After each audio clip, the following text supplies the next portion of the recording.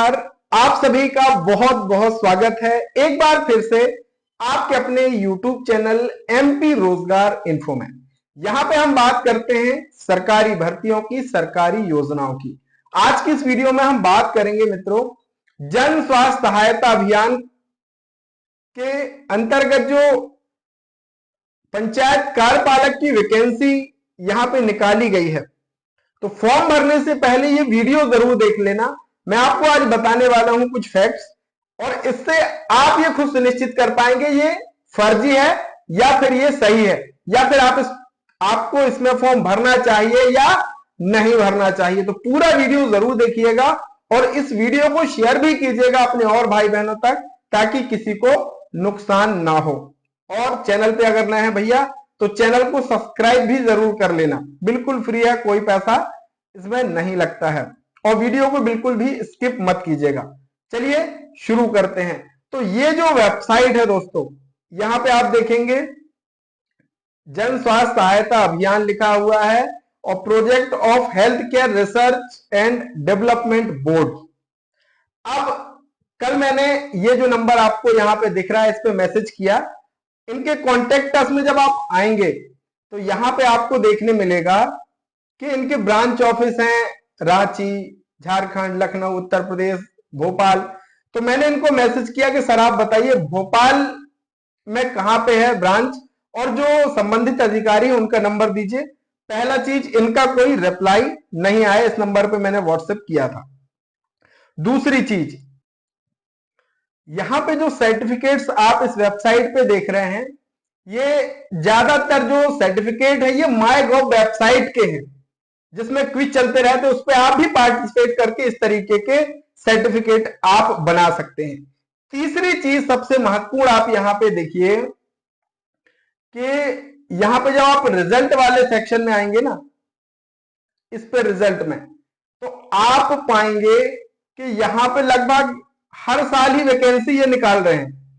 21 में वैकेंसी, फिर आपका 22 में भी ये आप देखेंगे इस तरीके से। और सबसे पहले मैं ये आपको फिर से सुनिश्चित कर देना चाहता हूं कि ये कोई सरकारी संस्था नहीं है। जैसे कि ग्राम पंचायत स्तर पर जो सचिव और ग्राम रोजगार सहायक की वैकेंसी आती है, उस तरीके की नहीं है। ये एक प्रकार का एनजीओ है। अब और अधिक जानने के लिए आपको करना क्या है, देखिए इसमें पहले क्या होगा कि आपको ऑनलाइन फॉर्म भरना है, 260 रुपया लगेगा, आपका इंटरव्यू होगा, सिलेक्शन हो जाएगा। तो यहां पे इन्होंने एमओयू की प्रक्रिया रखी हुई है कि भैया जिनका भी सिलेक्शन होगा प्रथम लिस्ट में, उनका एमओयू होगा और अलग अलग वैकेंसी के लिए अलग अलग पैसा फिर से लगेगा। यानी आपका मान लीजिए अगर हम बात करें पंचायत कार्यपालक की, तो एमओयू की कंसेंट फीस आपकी 1790 रुपया आपको लगेगा, जिसमें ट्रेनिंग का 790, 250 रुपया कंसेंट डॉक्यूमेंटेशन का, सॉफ्टवेयर और आईडी जनरेशन का आपको 750 रुपया, यानी 260 वो आप देंगे और उसके बाद यहां पे 1790 रुपए आप देंगे। यहां पे स्पष्ट रूप से भी लिखा हुआ है इन्होंने कि विज्ञापन के अंतर्गत जिन अभ्यर्थी का प्रथम मेधा सूची में आया है, निर्धारित समय सीमा के अंदर फॉर्म ऑनलाइन करें, अन्यथा आपकी अभ्यर्थिता निरस्त कर दी जाएगी और जो आपकी प्रतीक्षा सूची वाले हैं उनको अवसर दिया जाएगा। अब ये करना है, अगर आपका सिलेक्शन होता है इनके हिसाब से, तो आपको फिर ये एमओयू करना है।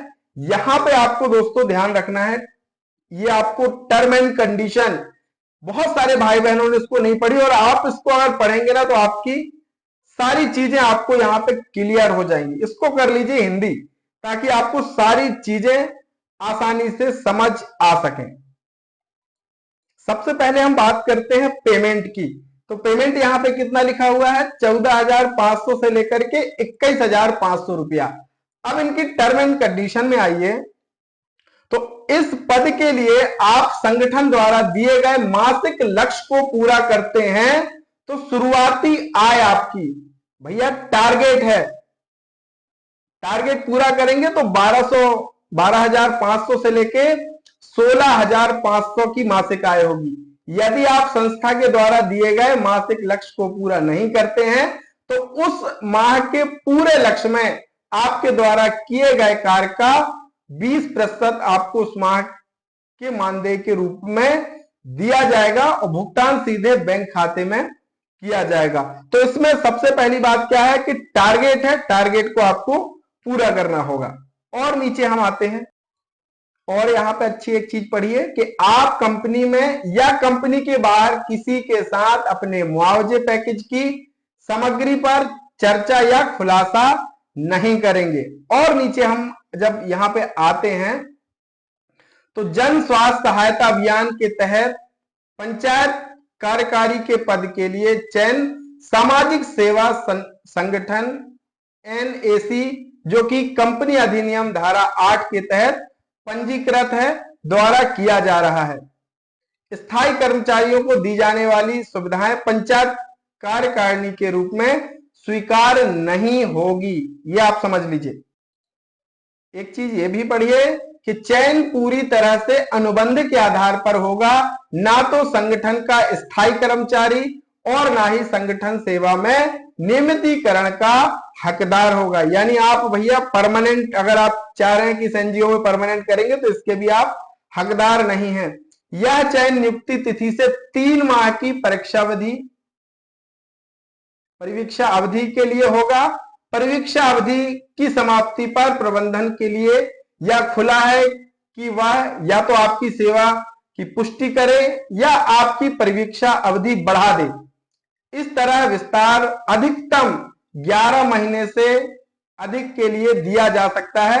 हालांकि प्रबंधन परिवीक्षा अवधि या विस्तारित परिवीक्षा अवधि के दौरान बिना कोई कारण बताए आपकी सेवा समाप्त करने का पूरा अधिकार ये सुरक्षित रखते हैं।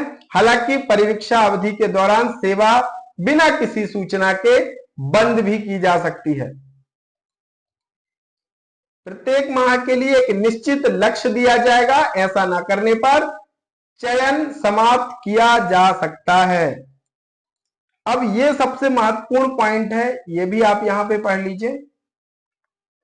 ये देखिए, यह संस्था एक समाज सेवी संस्था है जो अंशदान एवं दान के माध्यम से कार्य करती है।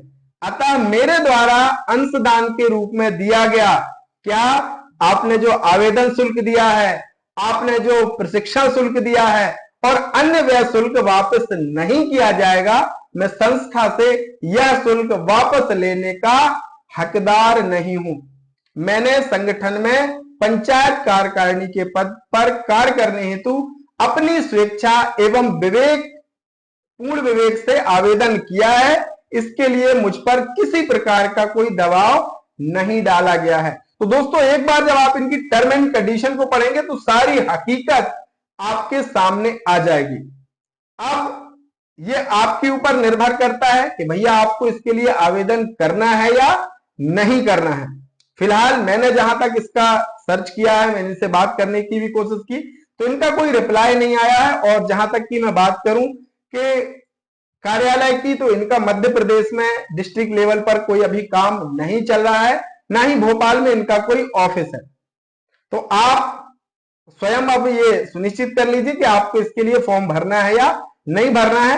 ये आप एक समझ लीजिए कि एक प्रकार की NGO है, संस्था है और आपको इसमें काम करने का अवसर मिलेगा। अब ये आपके स्वाविवेक पर निर्भर करता है कि आपको क्या करना है। मैंने कुछ जानकारियां थी जो आपसे साझा की हैं। निश्चित ही आप इससे निर्णय लेने में सक्षम होंगे कि आपको क्या करना चाहिए और क्या नहीं करना चाहिए। ऐसी ही सही सटीक जानकारी के लिए हमारे साथ जुड़े रहिए। चैनल को सब्सक्राइब करके रख लीजिए ताकि आने वाले अपडेट आपको निरंतर मिल सके। बहुत बहुत धन्यवाद। जय राम जी की।